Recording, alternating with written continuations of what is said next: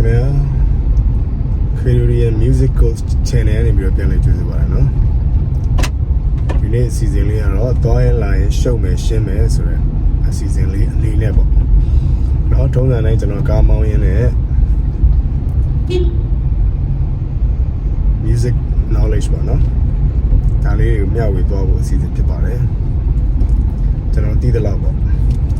ထုံးစံတိုင်းကျွန်တော်သိသလောက်တက်သလောက်ကလေးတွေကိုကျွန်တော် YouTube မှာ sharing လုပ်ပေးနေတာဖြစ်ပါတယ်အဲ့တော့ဒီတစ်ခေါက် sharing လုပ်ဖို့အတွက်စဉ်းစားထားတဲ့ခေါင်းစဉ်လေးကတော့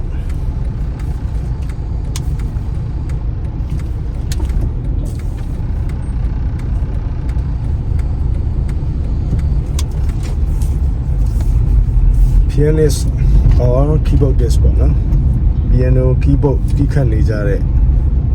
သူတွေအထူးသဖြင့် keyboard ပေါ့ဗျာ piano သမားတွေကတော့တကယ်တမ်း piano ကိုလေ့ကျင့်နေတဲ့လူမှန်ရင်တော့သူ practice နဲ့သူပုံစံနဲ့သူရှိနေတာဒါများသောအားဖြင့်တော့ keyboard ပေါ့ keyboard ကကြတော့လူမျိုးစုံပုံစံမျိုးစုံကလာကြတာဖြစ်တယ်ပုံစံမျိုးစုံကလာတာဖြစ်တယ်ပေါ့နော်အဲ့ဒါဆို keyboard သမား keyboard တန်းတင်ပြီးတော့ keyboard သမားအနေနဲ့ရက်တည်တဲ့လူရှိသလို piano သင်ကြားရင်းနဲ့မှာ piano အခြေခံကနေပြီးမြောက်ပြီးတော့မှ keyboard သမားအဖြစ်ရက်တည်တဲ့သူတွေရှိတယ်အဲ့လိုမျိုးစုံဖြစ်နေတာပေါ့နော်တချို့ကြတော့လဲ guitar တီးခတ်နေတဲ့ guitar တီးသမားတယောက်အနေနဲ့ကနေပြီးတော့မှ keyboard သမားဖြစ်လာတယ်အခြေအနေရပေါ့နော်အခြေအနေရအဲ့လို keyboard သမားဖြစ်လာတယ်အဲ့လိုမျိုးအခြေအနေပေါင်းစုံကနေလာကြတဲ့သူတွေဖြစ်တဲ့အတွက် keyboard အထူးသဖြင့် keyboard သမားတွေအတွက်ပြောချင်တာပေါ့နော် keyboard သမားတွေတကယ်တမ်းပြောရမယ်ဆိုရင်တော့ the player musician ပေါ့တီးခတ်နေတဲ့ဂီတသမားတိုင်းပေါ့အားလုံးအတွက်အကျုံးဝင်ပါတယ်တကယ်တမ်းကျတော့အခုကျွန်တော်ပြောမယ် sharing လုပ်ပေးမယ် title လေးက piano keyboard တီးခတ်နေတဲ့သူတိုင်းမဖြစ်မနေလုပ်ရမယ်အချက်၃ချက်ပေါ့နော် piano တီးခတ်နေတဲ့သူတိုင်း piano keyboard တီးခတ်နေတဲ့လူတိုင်းမဖြစ်မနေလုပ်ရမယ်အချက်၃ချက်အဲ့တော့ဒီအချက်၃ချက်ကဘာတွေလဲဆိုတော့နံပါတ်၁ကလေ့လာသင်ကြားမှုပေါ့နံပါတ်၂ကလေ့ကျင့်မှုပေါ့နံပါတ်၃ကတော့ experience ပေါ့နော်အဲ့တော့နံပါတ်1ဖြစ်တဲ့လေ့လာသင်ယူမှုဆိုတာကတော့ကျွန်တော်တို့တီးခတ်နေတဲ့သူတိုင်းအမှုပညာကိုလုပ်နေတဲ့သူတိုင်းဘယ်သူမဆိုပေါ့အမြဲတမ်းလုပ်နေရမှာမသေးမချင်းလုပ်နေရမယ့်ကိစ္စပါပဲလေ့လာသင်ယူရဲဆိုတာကတော့ကျွန်တော်တို့ပြီးဆုံးမသွားပါဘူးသူ့အတိုင်းတာနဲ့သူကြားကြီးခြေရာကြီးပေါ့နော်သူ့အတိုင်းတာနဲ့သူကလည်းသူလေ့လာမှုတွေဆိုတာကတော့အဆုံးသတ်မှာမဟုတ်ပါဘူးအဲ့တော့အသစ်သော idea တွေအသစ်သော music ပုံစံတွေဒါလည်းအများကြီးတစ်မျိုးထွက်နေမှာပဲကိုယ်ကောင်းထဲမှာလည်းတစ်မျိုးပြောင်းလဲနေမှာပဲတော့တစ်မျိုးသုံးဖို့တစ်လတစ်ခါပြီးတစ်နေ့တစ်ချိန်ပြီးဘလို့ပဲဖြစ်ဖြစ်ပေါ့နော်နေ့စဉ်နဲ့အများကိုလှုပ်ရှားတီးခတ်နေသမျှကာလပတ်လုံးကကိုယ်အကြိုက်တွေရောကိုယ့်ရဲ့တီးခတ်မှုပုံစံတွေရောနောက်ကိုကြားနေရတဲ့ music genre တွေရောအဲ့ဒါတွေအကုန်လုံးကအမြဲတမ်းပြောင်းလဲနေမှာဖြစ်ပါတယ်အဲ့ဒီပြောင်းလဲနေတဲ့ music တွေနောက်ကိုကျွန်တော်တို့ကအမြဲတမ်းလိုက်နိုင်ဖို့လိုအပ်ပါတယ်အမြဲတမ်းလိုက်နိုင်နေဖို့လိုအပ်ပါတယ် update ဖြစ်ချင်ပေါ့နော်ကိုနေတဲ့ဘဝလေးမှာပဲကိုရောက်ရှိနေတဲ့လက်ရှိနေရာလေးမှာပဲတာယာနေတဲ့နောက်ထပ်လည်းမလိုတော့ဘူးလေအဆင်ပြေနေတယ်ဒီလိုမျိုးတွေအတွက်တော့ကျွန်တော်မရည်ရွယ်ပါဘူးနော်ကိုဘဝကိုတိုးတက်ချင်တဲ့လူကိုအမှုပညာကိုတိုးတက်ချင်တဲ့လူ upgrade လုပ်ချင်တဲ့လူ upgrade ဖြစ်ချင်နေတဲ့ upgrade လုပ်ချင်တဲ့လူတွေပေါ့ဒီလိုလူမျိုးတွေအတွက်ဆိုရင်တော့အမြဲတမ်းလေ့လာသင်ယူနေဖို့လိုပါတယ်လေ့လာရဲဆိုတာ music ဒီနေ့ဒီချိန်ခါမှာဘယ် music တွေခေတ်စားနေတယ်လဲဘယ် music ပုံစံတွေရှိနေလဲနောက်က music ပုံစံတွေကအခုချိန်မှာဘယ်လိုမျိုးဖြစ်နေလဲအရင်တော့ဘာတွေရှိခဲ့လဲဒါပေမဲ့ဒီထက်မှာ main theme ကဘာတွေလဲတကယ်မဖြစ်မနေသိထားရမယ် music တွေကဘာတွေလဲဆိုတာကဒါလေ့လာရမယ်အပိုင်းလေးပါပဲအဲ့ဒါတွေကိုသိပြီးတဲ့နောက်ပိုင်းမှာဆိုရင်ကျွန်တော်တို့ကဘာလုပ်ရမလဲဆိုတော့ကိုလေ့လာသင်ယူထားတဲ့ဟာတွေနဲ့အမြဲတစေလေ့ကျင့်နေရမယ့်ဟာတွေကိုကျွန်တော်တို့ကအမြဲလေ့ကျင့်နေရမှာဖြစ်ပါတယ်နေ့စဉ်နဲ့များပေါ့နော် daily exercise ဆိုတာရှိကိုရှိရမှာကျွန်တော် musician တွေအတွက် daily exercise ဆိုတာမရှိရင်ဘယ်လိုမှမကောင်းနိုင်ပါဘူးမကောင်းနိုင်ဘူးဆိုတာက daily exercise မရှိတဲ့လူတစ်ယောက်ကဘာဒီသူကတစ်ချိန်ချိန်မှာတော့ဒုက္ခရောက်မှာပဲခီးအားဖြင့်တော့၎င်း finger ski အားဖြင့်တော့၎င်း finger position အားဖြင့်တော့၎င်းမျိုးစုံပေါ့နော်သူကတစ်ချိန်မှုတစ်ချိန်ကတော့ပြဿနာတက်မှာမကျင့်ရင်ပြောတာပါအများနဲ့ကျင့်နေမယ်အများနဲ့ထိတွေ့နေမယ်ဆိုရင်တော့လူလက်တူတက်လာမယ်ဒီပြဿနာတွေလည်းရင်ဆိုင်ရတာနည်းသွားပါလိမ့်မယ်နောက်ကကိုပြုပြင်ပြောင်းလဲရမှာပေါ့နော်ဒီလိုလေ့ကျင့်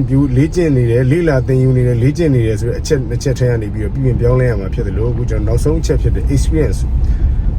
ဆိုတာကဟိုအခုဘယ်မှာတီးနေလဲဘယ်မှာတီးနေလဲ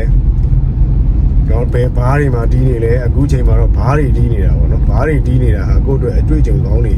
ယူတတ်မယ်ဆိုရင်ဒီဘားတွေပေါ်နေပြီးတော့ကျွန်တော်တို့အတွေ့အကြုံကောင်းတွေယူရမှာပါယူပြီးကမှကျွန်တော်တို့ main swing တွေကိုသွားဖို့ဆိုရင်ဒီဘားတွေမှာတီးနေရင်လည်းမှာကျွန်တော်တို့ main swing ပေါ်ကိုရောက်ဖို့ကြိုးစားရမှာဖြစ်ပါတယ်main swing ဆိုတာဘာလဲဆိုတော့ကျွန်တော်တခါပြောပြီးပါပြီအောင်မြင်ကြော်ကြားတဲ့သူတွေရှောက်တဲ့လမ်းပေါ့နော်အောင်မြင်ကြော်ကြားတဲ့သူတွေရှောက်တော့လမ်းဟိုကလူပညာလုပ်ပြီးဆိုကြရင်အောင်မြင်ခြင်းလို့လုပ်တာပဲဗျာကြော်ကြားခြင်းလို့လုပ်တာပဲ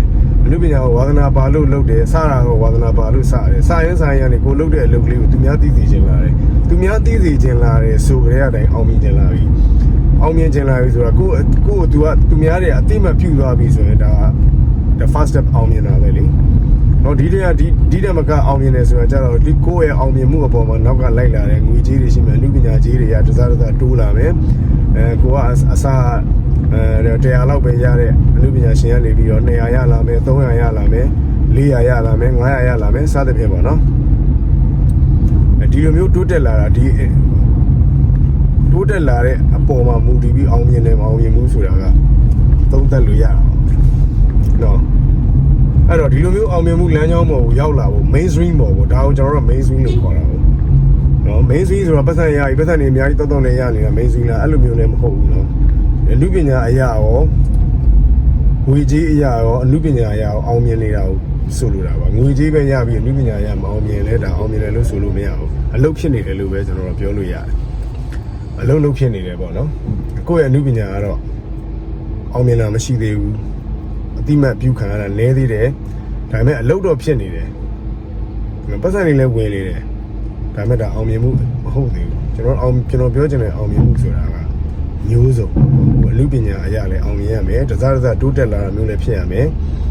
ပြီးတော့အနုပညာဘဝရတဲ့အခကြီးငွေပေါ့ကိုယ့်ရဲ့ဘယ်လိုပြောရမလဲထိုက်တန်တဲ့ကိုယ်နဲ့ထိုက်တန်တဲ့အခကြီးငွေဟာလည်းတိုးတက်ပြောင်းလဲလာရမယ်အဲ့လိုမျိုးဖြစ်လာတာကိုကျွန်တော်တို့ကအောင်မြင်လေလို့ဆိုရမှာဖြစ်ပါတယ်နောက်ကိုအောင်မြင်တာနဲ့အရောက်နေရာတစ်ခုပေးရနေပြီးတော့ပတ်ဝန်းကျင်ကနေတတ်မှတ်လာတယ်ကိုတတ်မှတ်လို့မရဘူးနော်ပတ်ဝန်းကျင်ကနေပြီးတော့ကိုယ့်ကိုနေရာတစ်ခုတတ်မှတ်ပေးလာတယ်ဒီလိုမျိုးအနေထားပါအဲ့ဒါကိုကျွန်တော်တို့အောင်မြင်တယ်လို့ဆိုလိုတာဖြစ်ပါတယ်ထားပါတော့အဲ့လို experience ပေါ်ကနေပြီးဆက်တော့ experience နေရှာရမယ်ဘာတွေမှာတီးမယ်တီးတရားမရှိရင်တီးတရားရှိတဲ့နေရာကိုရှာပြီးတော့ရှာကြံပြီးတော့တီးရမှာဖြစ်ပါတယ်အဲ့လိုတီးမှသာလေကျွန်တော်တို့က experience အတွေ့အကြုံရမယ်ကိုယ့်ရဲ့တိုးတက်မှုတွေကိုသိရမယ်ဒီအတွေ့အကြုံကောင်းတွေပေါ်ကလည်းကျွန်တော်တို့ကထပ်ပြီးတော့သင်ကြားရမှာဖြစ်ပါတယ်လေ့လာသင်ယူပြီးတော့လေ့ကျင့်နေအောင်လုပ်နေလဲကျွန်တော်တို့ကမတိုးတက်နိုင်ဘူးလေ့လာသင်ယူလေ့ကျင့်နေရဟာတွေကိုကျွန်တော်လက်တွေ့ပြန်အသုံးချနိုင်တာဒါတိုးတက်မှုစီကိုရောက်မှာဖြစ်ပါတယ်အဲ့လိုမျိုးမှမဟုတ်ဘူးဆိုတော့မတိုးတက်နိုင်ဘူးเนาะအဲ့တော့ကျွန်တော်တို့က piano keyboard တီးခတ်နေတဲ့ musician တိုင်းမဖြစ်မနေလုပ်ရမယ့်အချက်ဒီ၃ချက်ဖြစ်ပါတယ်လေ့လာသင်ယူနေရမှာဖြစ်ပါတယ်လေ့ကျင့်နေရမှာဖြစ်ပါတယ်ပြီးရင်ကျွန်တော်အတွေ့အကြုံကောင်းတွေရှာရမှာဖြစ်ပါတယ်နော်ဒီ၃ချက်ကိုတော့ကျွန်တော်တို့မဖြစ်မနေလုပ်ရမှာဖြစ်ပါတယ်အဲ့တော့လေ့လာသင်ယူတာကလည်း level 1လွယ်တယ်ထားဒါပေမဲ့ဒီနေ့ခေတ်ကကျွန်တော်စဉ်းစားမိတော့ကတော့ experience ရှာရတာလွယ်နေတယ်လို့ပဲကြာကျွန်တော်ထင်တာတော့လေဘားတွေမှာအခုတီးတဲ့တီးဝိုင်းတွေတော့နဲတဲ့တီးဝိုင်းတွေမှာမဟုတ်ပဲတော့တချို့လည်းမတော်တစ်ခေါက်လေးနဲ့တီးနေကြတယ်မဖြစ်ညစ်ကြဲလေးတွေတီးနေကြတယ်အဲ့တော့အတွေ့အကြုံရဖို့ကတော့သူတို့မှလွယ်နေတယ်လို့ပဲအဲ့ဒီမှာဘယ်သူတို့ကဘာတွေမရှိတော့ဘူးလဲဆိုတချို့ကကြတော့လေးလာသင်ယူမှုတွေမရှိဘူးဒီတိုင်းကိုယ်အရှိတိုင်းပဲဖြစ်သလိုတီးနေကြတယ်နော်လေးလာသင်ယူမှုမရှိဘူးလေ့ကျင့်မှုလည်းတိတ်ပြီးတော့ရှိပုံမပေါ်ဘူး အခုလောလောဆယ်အတွေ့အကြုံရဖြစ်သွားပြီဆိုရင် OKB ထင်ပြီးတော့ဒီတိုင်းပဲဆက်ပြီးတော့လှိမ့်နေတဲ့လူတွေလည်းမြင်တွေ့နေရတယ်ပေါ့နော်ဒါကတော့တကယ်တော့မဖြစ်သင့်ဘူးပေါ့တကယ်တမ်းဆိုရင်လေးလာသင်ယူမှုရှိရမယ်လေ့ကျင့်မှုရှိရမယ်ဗျာနော်အဲ့ဒါမျိုးအဲ့အချက်နှစ်ချက်မရှိဘဲနဲ့ experience ရှိနေတာလည်းအလကားပဲလေးလာသင်ယူမှုရှိမယ်လေ့ကျင့်မှုရှိမယ်လေ့ကျင့်မှုရှိပြီးမှဒီနှစ်ခုကိုပြန်သုံးချမယ် experience ရှာတဲ့အတွေ့အကြုံရှာတဲ့ကိစ္စတတိယကိစ္စဖြစ်ရမှာဗျာအခုကတော့တချို့ကတော့အဲ့တတိယကိစ္စကြီးကအရင်ပေါ်လာတယ်လို့ပဲသူကသူရှေ့မှာလေးလာသင်ယူမှုကလည်းစနစ်တကျဟုတ်ချင်မှဟုတ်မယ်တော့ကိုကအရက်ထဲမှာဒီလိုပဲအရက်တီးအရက်တက်လာပြီးတော့မှဒီတကယ်ချင်းအပေါင်းနဲ့ကြုံရိုက်ပြီးတော့ဒီဘားပေါ်ဒီစင်ပေါ်တွေကိုရောက်လာတဲ့ခါမှာနေသားတစ်ခုရအလုတ်ဖြစ်နေတယ်ဒီအလုတ်ဖြစ်နေတဲ့အပေါ်မှာကိုကျေနပ်ပြီးတော့ငါကွာဆိုပြီးတော့ဆက်လည်းမလေးလာဘူးကိုယ့်ရဲ့တက်တဲ့လူတွေလည်းအဖက်မလုပ်ဘူးအထင်လည်းမကြီးတတ်ဘူးအဲ့လိုမျိုးဆိုတော့ဒါလူပညာလောကမှာအကြာကြီးရက်တည်ရမယ်လူမဟုတ်ဘူးလို့ပဲကျွန်တော်ပြောလို့ရပါတယ်အကြာကြီးရက်တည်ရမယ်လူလည်းမဟုတ်လို့ရက်တည်ရမယ်လူလည်းမဟုတ်သလိုရက်တည်တဲ့လူလည်းမဟုတ်ပါဘူးနေရာလည်းရလာမှာမဟုတ်ပါဘူးနော်တစ်ချိန်မှာပျောက်ကွယ်တော့မှာပါပဲဒါမလွဲမသွေပဲအဲ့တော့တိုးတက်လာမဲ့လူကသိတာတယ်တကယ်အပေါ်ရောက်လာမဲ့လူတိုးတက်လာမဲ့လူဆိုတာကသိတာပါတယ်နော်သူ့ရဲ့လှုပ်ဆောင်မှုတွေလေ့ကျင့်နေမှုတွေတီးခတ်နေမှုတွေပေါ်နေပြီးတော့ကျွန်တော်တို့အမြင်နေရတာပဲလေဒီကောင်တိုးတက်လာနိုင်တယ်ဒီကလေးဖြစ်လာနိုင်တယ်ဒါမျိုးတွေကျွန်တော်တို့ကရှေ့မှာကျွန်တော်တို့ experience ရပါတော့ကျွန်တော်တို့လည်းရုန်းကန်ခဲ့ရတယ်ကြိုးစားခဲ့ရတယ်အဲ့လိုမျိုးနီးတူကြိုးစားရုန်းကန်နေတဲ့ကလေးတွေကိုမြင်ရင်လည်းဒါတိုးတက်လာမဲ့သူဆိုတာအရေးအငွေ့မြင်နေရတယ်ပေါ့နော်တချို့ကြလည်းဒီကောင်ကတော့ဘယ်လိုမှမဖြစ်လာနိုင်ဘူးလို့မြင်နေရတဲ့လူတွေလည်းရှိတယ်ဒီကြားထဲမှာအနေတိုင်းမတက်အပြောမတက်အဆိုမတက်ဆိုရင်ပိုဆိုးတာပေါ့လေနော်ကိုယ့်ရဲ့ပညာရဲ့အရေးချင်းကိုယ့်ရဲ့အရေးသွေးဘယ်လောက်ရှိလို့ရှိမှလည်းမသိဘူးပြောနေတာကတော့လုံးဝအဲ့လိုကျွတ်စင်ပေါ့နော်ဒါမျိုးတွေလည်းတွေ့ရတာဖြစ်တဲ့အတွက်ပြောရရင်တော့စောစောကပြောတယ် step by step ပေါ့ဗျာလေးလာသင်ယူမှုရှိရမယ်လေ့ကျင့်မှုရှိရမယ်ဒါဥမာ experience ရှာရမယ်ပေါ့နော်ဒီ၃ချက်ကလေးကို step by step လုပ်နိုင်မယ်လုပ်နေမယ်ဆိုလို့ရှိရင်ဒါကျွန်တော်ရဲ့ဂီတဘယ်လိုပြောရမလဲဂီတလုပ်ငန်းမှာတကယ်အောင်မြင်တဲ့ထူးချွန်တဲ့ဂီတပညာရှင်တွေဖြစ်လာမှာပဲလို့ကျွန်တော်ပြောရင်းဒီချောင်းရလေးကိုအဆုံးသတ်ချင်ပါတယ်အားလုံးကျေးဇူးတင်ပါတယ်ကြည့်ရှုလေ့လာပေးခဲ့တဲ့အတွက်အများကြီးကျေးဇူးတင်ပါတယ်ကျွန်တော် channel လေးကိုအကျိုးရှိတယ်လို့ယူဆရင်လည်း subscribe လုပ်ပေးခဲ့ဖို့တောင်းဆိုပါတယ်အားလုံးကျမ်းမာချမ်းသာကြပါစေခင်ဗျာ